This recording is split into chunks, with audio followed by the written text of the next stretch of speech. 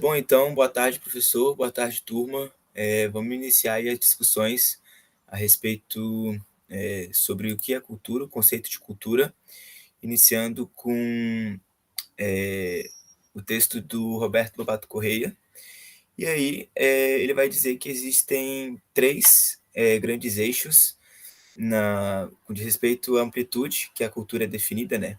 Então, o primeiro é a visão abrangente, que inclui a ampla gama de fenômenos culturais, como, por exemplo, as crenças, hábitos, linguagens e a arte.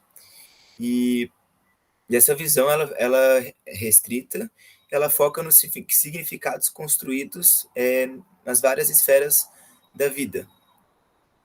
O segundo eixo, ele vai abordar o papel da cultura na sociedade, e ele vai dizer que a cultura ela pode ser vista como determinada pela natureza ou pela base econômica de uma sociedade, tornando então essa entidade supra-orgânica. E a cultura também pode ser considerada um contexto que reflete e é influenciado por essa mesma sociedade, enquanto se associa a cultura a essa entidade, como já dito, supra-orgânica, né? E com relação ao processo de mudança, o terceiro eixo ele vai se concentrar na forma como a cultura está relacionada ao processo de mudança. Isso pode envolver uma evolução linear comum a todos os grupos, uma evolução própria específica para cada grupo, ou a ideia de que apenas os estudos síncronos são possíveis, né? E a importância dessa distinção é que ela molda essa abordagem e o foco da pesquisa na geografia cultural. E cada abordagem ela vai ter as implicações diferentes na escolha dos tópicos de pesquisa e nas metodologias empregadas. Então, essas perspectivas ela vai depender dos objetivos do pesquisador e das questões que ele vai querer trabalhar dentro da sua pesquisa, né? E aí, falando um pouco sobre Claval, ele vai trazer uma perspectiva histórica sobre a geografia cultural. Então, ele vai distinguir em três fases. A primeira fase seria de 1890 até 1940. Neste período, a geografia cultural ela foi originada por volta ali de 1990, né? E ela emergiu no contexto de formação da geografia como uma disciplina acadêmica. Então, nesse período, especialmente na Alemanha, França e mais tarde nos Estados Unidos, depois de 1925. A geografia cultural ela vai enfocar o estudo da paisagem e da cultura e os estilos de vida resultantes dessas interações entre a sociedade e a natureza. E aí os tópicos de pesquisa dessa primeira fase vão ser as regiões culturais, a ecologia cultural, os impactos humanos sobre o ambiente e a difusão cultural, com ênfase geralmente no material da cultura. E aí, na segunda fase, de 1940 até 1970, a geografia cultural ela enfrenta uma certa retração, sendo colocada em segundo plano em comparação à geografia regional e e a revolução teórico-quantitativa. Isso aconteceu porque grande parte foi devido à Segunda Guerra Mundial e à expansão do capitalismo, que, por conta desse fomento, alterou a organização do espaço e deslocou o foco das culturas tradicionais e regionais para os estudos pragmáticos, que abordavam as transformações em curso e esperadas. Houve também uma mudança na preferência dos estudos das paisagens culturais, tanto para os estudos das lógicas locacionais, quanto para as questões urbanas, dando uma maior ênfase nessas inferências estatísticas em vez do trabalho de campo. A terceira fase foi de 1970 em diante, e a partir de 1970 a geografia cultural ela passou por uma reformulação significativa, influenciada por vários jovens geógrafos da década de 70, né? Ela foi caracterizada por debates epistemológicos, teóricos e metodológicos, do qual emergiu vários subcampos da geografia cultural. E na década de 1980 convergiram para criar a nova geografia cultural, sendo essa versão consolidada ali na própria década de 80, né, com revistas especializadas para abordar as diversas questões nessa área. E aí depois, ele vai trazer também, a relação entre cultura e significado, né. Então o texto ele vai destacar a importância dos significados na cultura humana.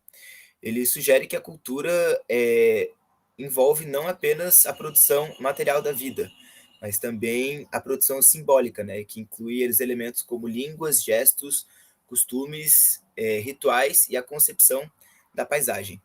Esses elementos simbólicos eles vão desempenhar um papel fundamental tanto na comunicação quanto na interpretação da realidade vivida por aquele sujeito, né. E aí ele vai falar também da natureza dos símbolos, que cada comportamento humano é visto como um comportamento simbólico. E esses símbolos, eles são criados socialmente para expressar o significado relacionado às diversas esferas da vida, tá. E aí esses significados, eles vão ter todos uma polivocalidade. O que que seria isso? Os símbolos, eles não vão ter um significado único e fixo para cada pessoa, para cada sociedade. Embora quem tenha criado ele possa ter uma definição específica, esses significados eles vão ser atribuídos aos símbolos, em diferentes interpretações, influenciadas pela experiência, valores, crenças, mitos e até utopias de um grupo social que, os interpreta. Então isso vai criar essa polivocalidade dos símbolos, dos significados, ou seja, as múltiplas interpretações de um mesmo símbolo. Ele vai falar também, do mapa de significados, né, então, a ideia de mapas de significados é introduzida indicando que esses mapas, eles não são apenas metáforas, né, mas são instrumentos reais que podem ser usados para representar a relação entre cultura, significado e espaço geográfico. O texto também ele aborda, poder e contracultura, que sugere que esses mapas de significados eles não são apenas representações, mas também podem ser usados como ferramentas de poder. Eles vão ter o potencial de servir como contracultura, então permitindo que alguns grupos oprimidos eles possam descobrir novos significados dentro do seu espaço geográfico e exercer esse poder transformador, a partir do momento que eles descobrem, eh, esses significados dentro dos seus espaços geográficos. Ele vai falar também da política de produção e a circulação desses significados, né. A cultura ela vai ser vista como uma estrutura de significado, e a política ela é considerada o meio pelo qual essas estruturas, começam a se tornar pública, né. Então a política está diretamente, envolvida na produção e circulação desses significados. O texto ele vai destacar as 3 funções políticas da cultura, que seria integração, envolvendo o pertencimento e identificação, a regulação, controlando o comportamento individual em sociedades tradicionais, e o enquadramento, relacionando a constante reinterpretação da cultura pelo poder em sociedades, com a própria escrita. O texto vai abordar também, a iconografia política e os monumentos, que são representados em espaços públicos e mencionados como os veículos de mensagens políticas, seja pela celebração ou contestação. Estes monumentos eles vão poder transmitir poderosas mensagens políticas para uma sociedade, né? E seu significado pode variar de acordo com a perspectiva de diferentes grupos que observam esses monumentos. Que mais? A geografia cultural ela também vai ser caracterizada por uma abordagem que se concentra na interpretação dessas representações, de diferentes grupos sociais e como eles constroem a base cultural e suas próprias experiências e práticas, né? Em vez de ser definida por um objeto de estudo específico, a geografia cultural ela vai ser uma forma de olhar a realidade interpretando os significados culturais em diferentes contextos sociais, históricos e políticos. Que mais? Ele vai dizer também sobre a natureza e distância nos significados culturais. Então, a geografia cultural ela vai poder explorar a relação entre esses diferentes grupos culturais e a percepção de natureza e espaço social. Então, isso vai incluir as noções de distância estrutural, distância ecológica, distância afetiva e como elas se refletem de diferentes maneiras pelas quais os grupos atribuem o significado da natureza em relação ao espaço vivido. O tempo e escala geográfica também vai ser importante, por conta da ênfase do passado e na análise diacrônica, que a geografia cultural, renovando, não se limita a essa perspectiva temporal. Ela privilegia tanto o presente quanto o passado recente, desde que o foco esteja na análise dos significados atribuídos e, como é que eu posso dizer, na espacialidade humana, né? Então, além disso, a geografia cultural ela não vai estar restrita a uma escala geográfica específica, ela pode ser aplicada em várias escalas, desde pequenas áreas, como ruas, cidades, regiões, países, enfim, até amplas perspectivas, né?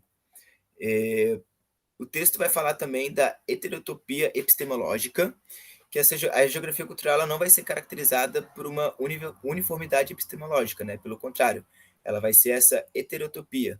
Isso significa que não segue uma ortodoxia rígida, né? Então, um padrão fixo. E essas diferentes correntes e abordagens, elas coexistem no mesmo campo, só que muitas vezes com perspectivas teóricas distintas em relação às correntes da época, né? E aí, para finalizar, o texto ele vai debater algumas correntes. A primeira delas seria a corrente humanista, que é influenciada pela fenomenologia, de filósofos que serão abordados pelos outros colegas. A corrente pós-estruturalista, que ela vai ser caracterizada pela recusa em aceitar uma única interpretação da sociedade e do seu espaço. Essa corrente crítica, ela vai criticar o estruturalismo e o positivismo, e foi influenciada por pensadores como Geertz, Foucault e Sage. Ela vai abordar também as questões complexas de interpretação e o espaço dentro do simbolismo. Além também da corrente calcada no materialismo histórico, né? Essa corrente ela vai incorporar os aportes do marxismo à geografia cultural. Então ele vai focar as formas simbólicas espaciais em uma visão crítica e vai manter as influências da geografia social inglesa com conexões ao Centro de Estudos Culturais Contemporâneos de Birmingham. Não, é assim, não sei se é assim que se pronuncia. E, bom, em resumo, a geografia cultural ela vai ser uma disciplina em constante evolução, que ela é caracterizada por essa diversidade de correntes teóricas e dessas perspectivas, né? Todas centradas na interpretação dos significados culturais associados à espacialidade e a como as pessoas interpretam aquele espaço geográfico vivenciado. E essa heterotopia epistemológica permite uma exploração mais rica e multifacetada, né, com diversos temas relacionados à cultura e espaço. Em síntese, é isso que Claval e o Roberto Lobato Correia vai abordar nos textos disponibilizados pelo professor. Então, da minha parte é isso e segue aí o baile. Opa, boa tarde, meu nome é João Vitor Rocha e eu vim falar sobre James Duncan e Mitchell. Os textos deles ambos criticam a definição de cultura como uma cultura supraorgânica, que seria uma definição de cultura onde a mesma responde suas próprias leis e independe do homem para explicar seus processos. Foi uma visão que foi distribuída na primeira metade do no século XX, na qual baseava-se na criação de padrões inconscientes que moldavam as ações de um indivíduo. Ou seja, o homem não era visto como um agente deliberado, mas sim como se fosse impulsionado por estados afetivos. O homem não tinha essa influência na cultura, era a cultura que influenciava o homem. Sabe? Isso gera uma consequência não intencional na geografia cultural e social, né? Que gera desencoraja importantes investigações individuais, porque como tu generaliza um povo, tu acaba deixando de lado o indivíduo, sabe? Mitchell aborda como o colonialismo e seus processos elitizaram a cultura e como a relação e como foi usado desde sempre como relação de poder. O Mitchell defende uma visão de cultura onde a mesma seja socialmente ativa e mantida por atores sociais, ou seja, onde os indivíduos influenciam a cultura, onde a cultura seja socialmente ativa por esses mesmos indivíduos e grupos sociais. E é basicamente isso, sabe? Acho que posso passar já a palavra aí para os amigos.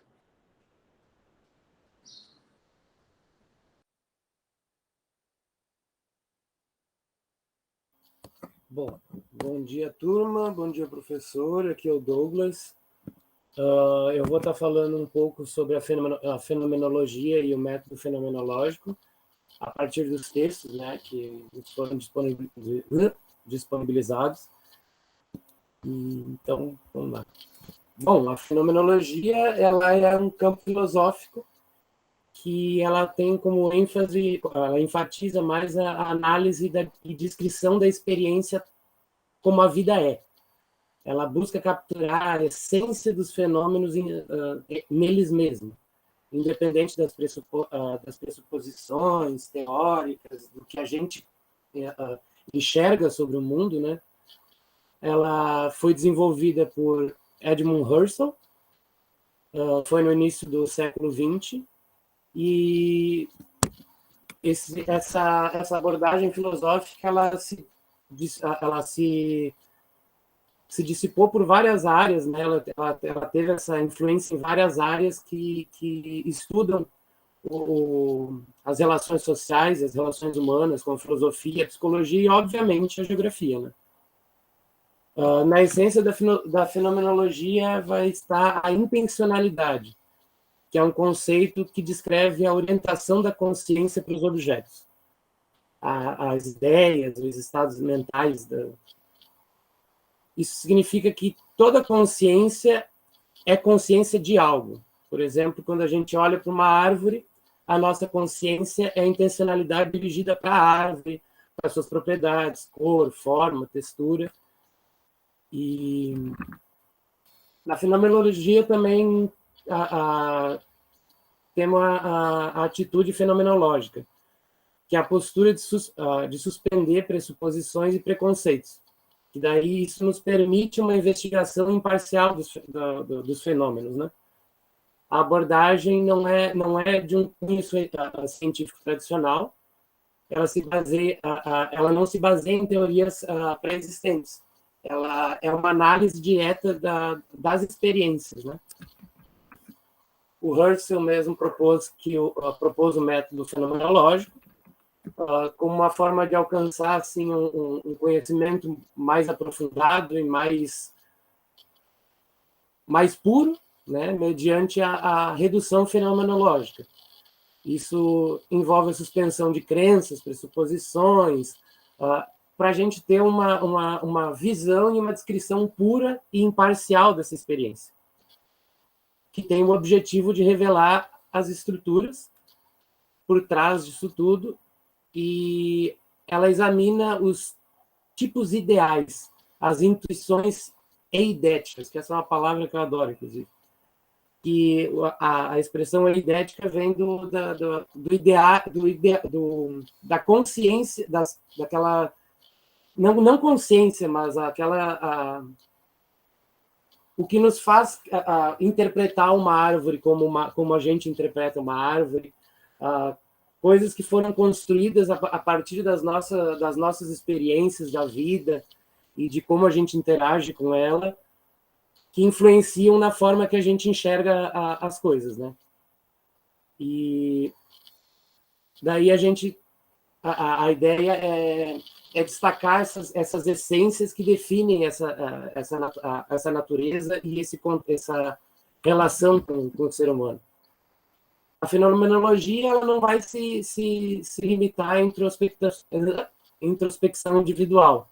Ela vai também buscar compreender a intersubjetividade, como essências que são compartilhadas, compreendidas por um grupo de diferentes indivíduos. Isso implica na análise profunda da experiência coletiva também das relações humanas, porque essa ideia ela também não é formada a partir de um ser só, ela vem de todo esse meio em que a gente está inserido durante toda a vida, né? Aí, num resumo, a fenomenologia ela oferece uma abordagem única e mais profunda de compreender essa experiência humana. Ela enfatiza a importância da descrição direta, sem preconceitos, juízos e tentando deixar de lado essa nossa idética para compreender a idética do grupo analisado. E busca pelas essências dessas estruturas, desses fenômenos e da compreensão do ser com o meio. E a minha parte, acredito que seja isso. Vou passar a conversa.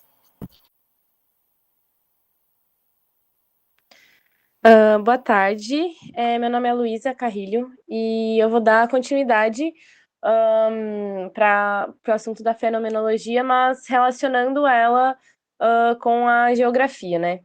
Então, a fenomenologia ela vai ter o seu foco, como o colega disse, na experiência e na subjetividade. Então, ela pode ser uma ferramenta para que os geógrafos eles compreendam a relação entre as pessoas e o ambiente geográfico. Então, eu vou dar alguns exemplos de algumas maneiras pelas quais a fenomenologia ela se relaciona com a geografia, né? Então, a partir da percepção do espaço, né, ela se concentra na forma como as pessoas elas percebem e experimentam o espaço. Então, o ambiente, elas observam e experimentam o espaço e o ambiente ao seu redor, né? E isso é relevante porque os geógrafos eles estão interessados em como as pessoas interagem com o espaço. Então, eles percebem como isso influencia o comportamento das pessoas. Além disso, também vai influenciar o lugar e a identidade. Então, ela pode ser usada para explorar como as pessoas desenvolvem um senso de lugar e identidade em relação ao espaço geográfico que elas vivem. Isso vai ajudar a entender como essas experiências individuais e subjetivas vão moldar a relação das pessoas com o lugar. Também vai influenciar nos espaços sociais e culturais, então ela pode ser aplicada para analisar as experiências das pessoas e como elas influenciam a forma como elas percebem e interagem com esses espaços sociais e culturais. Isso é muito importante, inclusive na geografia cultural e nas análises de paisagens humanas. Ela também pode ser expressa como um método qualitativo, então ela enfatiza, através da pesquisa qualitativa, que é uma abordagem importante da geografia, onde o geógrafo ele pode realizar os estudos de campo, as entrevistas e as observações para entender essas experiências e essas percepções das pessoas em relação ao ambiente geográfico. E ela também pode ser utilizada através de uma análise de narrativas. Então, ela vai envolver uma análise de uma narrativa pessoal e de uma história de vida, e isso pode ser usado para coletar dados qualitativos sobre como as pessoas vivenciam aquele estado através das suas histórias individuais e como isso se relaciona com aquele ambiente que está sendo estudado. E além dos espaços vividos e os seus significados em geral, né? Então, ela vai ajudar a explorar os significados que as pessoas atribuem aos espaços vividos, e isso é útil para entender como essa subjetividade vai influenciar a forma como os lugares eles são interpretados. Além disso, o texto ele trouxe algumas abordagens dentro da pesquisa fenomenológica e como elas vão impactar esse processo de pesquisa dentro da geografia também. Então, ele traz como os principais tópicos a fenomenologia pura, a existencial e a hermenêutica, né? No contexto da fenomenologia existencial, ela vai dar ênfase na experiência de pessoas reais em situações reais. Então, os participantes, eles são considerados co-pesquisadores, né? E eles participam e contribuem para a compreensão daquele fenômeno que está sendo estudado. A abordagem hermenêutica, ela vai combinar a interpretação com a fenomenologia, então isso vai permitir que os pesquisadores, eles desvendem os significados nos textos e em outras formas de expressão. Muitas vezes eles não vão ter esse acesso direto ao autor. E a pesquisa fenomenológica em primeira pessoa, ela vai se basear na experiência pessoal de quem está pesquisando, né, do pesquisador. Então, ela vai proporcionar clareza e compreensão, mas ela vai exigir uma conexão com a experiência dos outros. Para escolher as ferramentas, isso vai depender do estilo de pesquisa e do fenômeno que está sendo estudado. E essas abordagens elas vão ser aplicadas em diversas disciplinas, né? A geografia é uma delas. e para compreender essas experiências e significados relacionados aos lugares e os espaços que estão sendo analisados. O texto ele também vai abordar essa relação na construção dos conceitos geográficos, então vai ter uma ênfase na conexão entre conceito, teoria e método, e na influência na construção de conceitos como o conceito de espaço, de lugar e de paisagem, que são muito presentes dentro da geografia.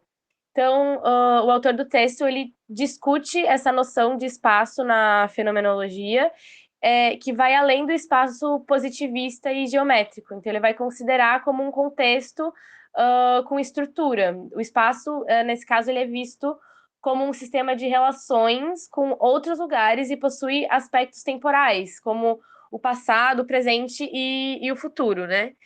E, além disso, também tem a importância do estudo do lugar na geografia, onde o lugar ele é percebido como um espaço humanizado, né, e organizado. E isso vai entrar em contraste com o espaço aberto que ainda não é definido. E o texto ele vai abordar essa subjetividade que envolve a construção dos lugares e como eles são recriados e ressignificados a partir dessa análise fenomenológica. Além disso, é discutida a ideia da paisagem, que é vista como uma marca e matriz da civilização. Então, a sua compreensão ela vai envolver a relação entre o sujeito que percebe a paisagem em si.